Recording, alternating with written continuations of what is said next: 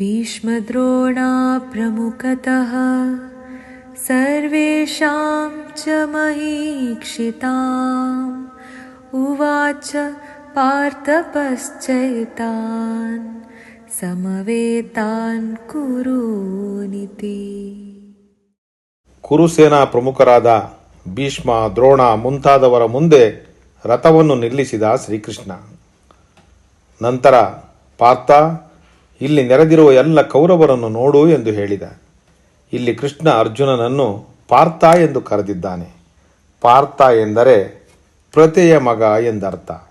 ಅಂದರೆ ಕುಂತಿಯ ಮಗ. ಕುಂತಿ ಕೃಷ್ಣನ ತಂದೆ ವಸುದೇವನ ತಂಗಿ. ಅಂದರೆ ಅರ್ಜುನ ಕೃಷ್ಣನ ಸೋದರತ್ತೆಯ ಮಗ. ಇಲ್ಲಿ ಕೃಷ್ಣಾರ್ಜುನರ ನಡುವಿನ ಆಪ್ತ ಬಾಂಧವ್ಯ ಎದ್ದು ಕಾಣುತ್ತದೆ.